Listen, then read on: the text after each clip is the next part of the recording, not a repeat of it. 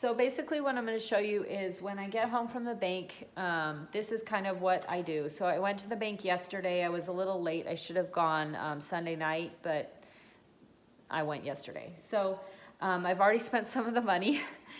This is my grocery list right here. I went to Walmart and spent some money on groceries, as you can see. I went a little bit over because I had already spent some at Walmart before. But this is gonna be a typical grocery bill for the Figueroas. We eat a lot of food, and I have growing kids. They're always hungry. They're always eating. So what I do is I look for deals. If you shop at Walmart or Target or Winco, you will find that there are certain items that are really, really, really cheap, and those are usually the generic brand. They're not the name brand. So like I bought hot dog buns that were literally 89 cents. Great value hot dog buns, and they are exactly the same hot dog buns that you would, get if you had bought the brand name. So I just choose that for myself because I feel like the kids are going through so much food anyway, and it's pointless to be spending $2 or $3 more on an item that I could buy as long as I buy the generic brand and not the name brand. Okay, so that's my grocery list there. And then I'm gonna show you real quick. So here's my money. I've kind of divvied it up in hundreds. So 100, 200, 300, 400. I'm gonna stick all this. And this is actually gonna be going into my, my week, May 23rd through 29th. And I'm just gonna put that in there, and that's gonna sit in a cupboard because I don't want it in my wallet. Not because I'm necessarily gonna be tempted to spend it, but I just don't feel comfortable carrying that much money around. So I'm gonna just put that in a cupboard. I know it's safe, it's inside my house. And that's gonna be for the week of May 23rd through 29th coming up.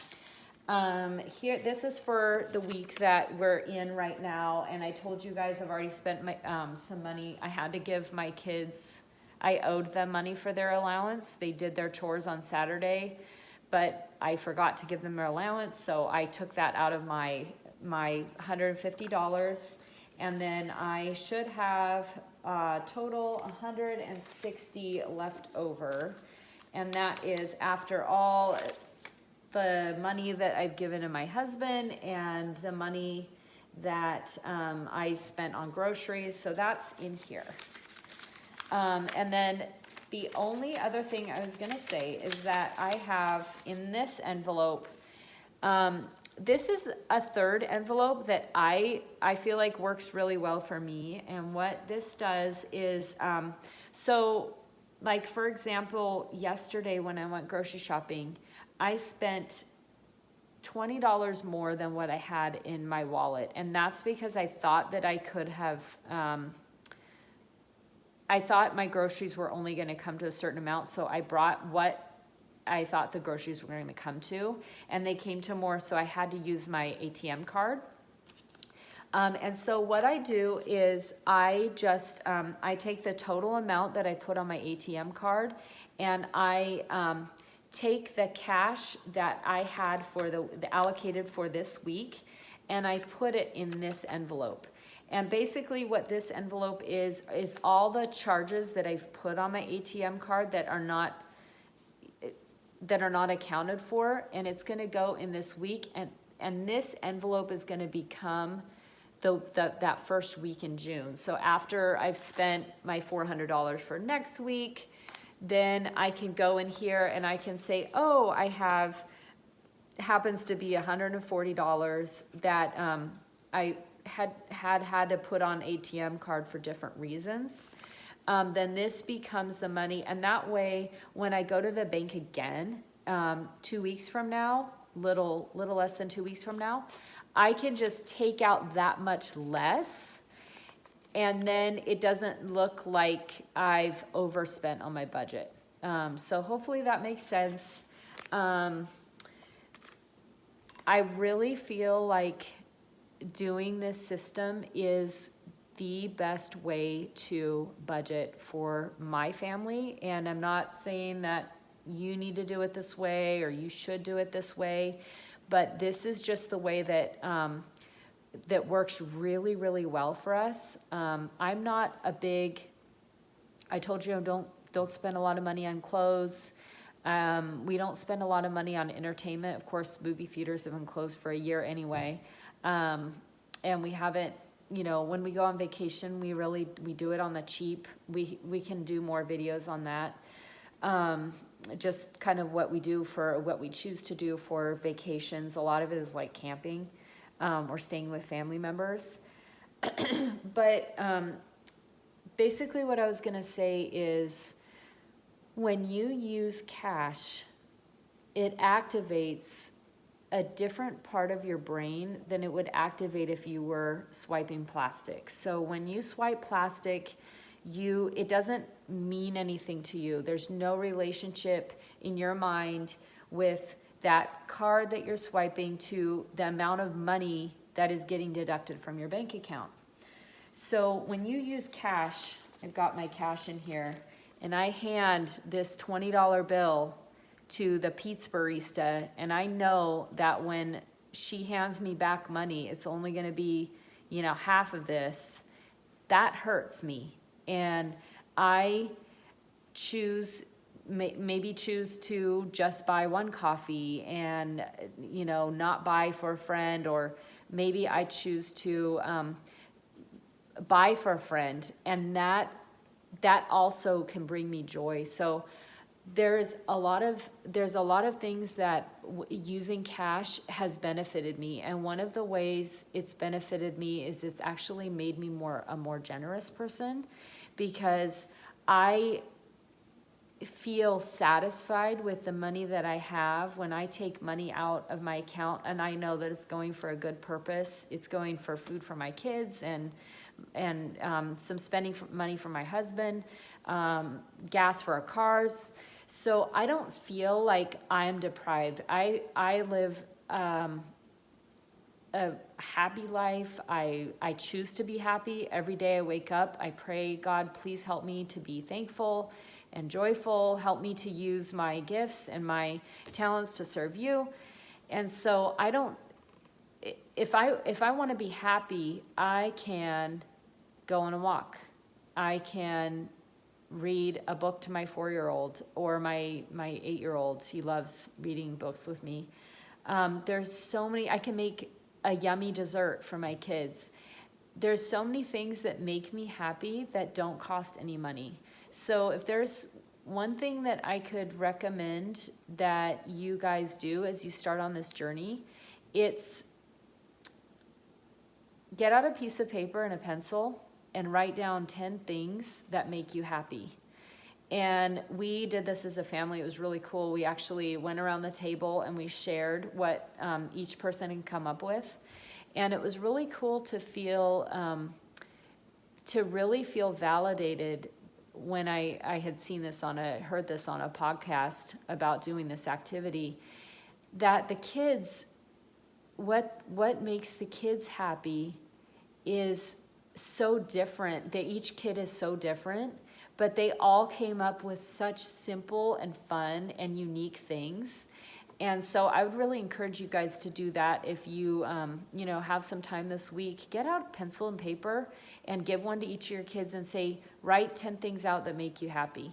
And I think my son, one of them was like, catching lizards in the backyard with my friends. And my other son said it was going to a bounce house. Like, how much does a bounce house cost? $10, $20 maybe. If those are the things that really bring them joy, take them to a bounce house once in a while. Use your $50, in my case, $50, and spend that money on them and do fun stuff like that. It doesn't have to cost an arm and a leg for you to have fun as a family and to do things that are maybe a little bit cheaper, maybe not, maybe it's not as extravagant as some people, but you're going to be, you're gonna be doing things that, with your kids, that are gonna really bring lasting memories, all while having a budget in place. So the last thing I wanted to talk about was just that this right here, this whole like cash budget, everything we're talking about, is something that you're gonna have for life, and that you're gonna be able to give and pass on to your children. That may, you don't know kind of what influence you're having on your kids when you're sitting down and you're writing out, your little dates on your envelopes, and you're pulling out your money, or you get to the end of the week maybe and you don't have much money left, and your kids want to go to McDonald's or something, and you're like, honey, I'm sorry, it's not in our budget. Or that has such a big impact on your kids. And I think that a lot of us nowadays are just accustomed to just swiping that plastic and, oh, sure, okay, everybody's hungry, like, let's go to Chick-fil-A. But if it's not in the budget, or you've already spent that money, then maybe it's better to tell your kids that and be honest with them and let them know, hey, mommy can't do that today. And then the final thing I was going to just say is that this budget has worked for us for so many different reasons, but mainly because our goal is to save 50% of our income. So we are on a goal tracker to be financially independent by the time I'm 45. I want to be completely financially independent. I don't want to have to continue to work if I don't have to. And being financially independent means that you could live off of you could both quit your jobs, and you could live off the savings that you have in investments or rental property, however you want to do it, for the rest of your life without ever having to work again. And that's not to say you have to quit your job, but if you wanted to, you could. And so the reason why that's important is because we don't know what's going to happen. We don't know what the future is going to hold. We don't know if, stocks and things are not going to be giving the same returns that they used to. But what we do know is that we live in a society we live in America. It's very affluent here. People make a lot of money. Some people don't make as much as others, and they have to adjust their lifestyle for that. My husband is an engineer. He makes a great salary. I'm a nurse. I don't work very much, but I do work sometimes. And the income that you have, you can use to build wealth today if you follow my plan for using cash and not using credit cards, not going into debt. And I promise you, if you start on this journey, it will be rewarding, and it will be fun and exciting, and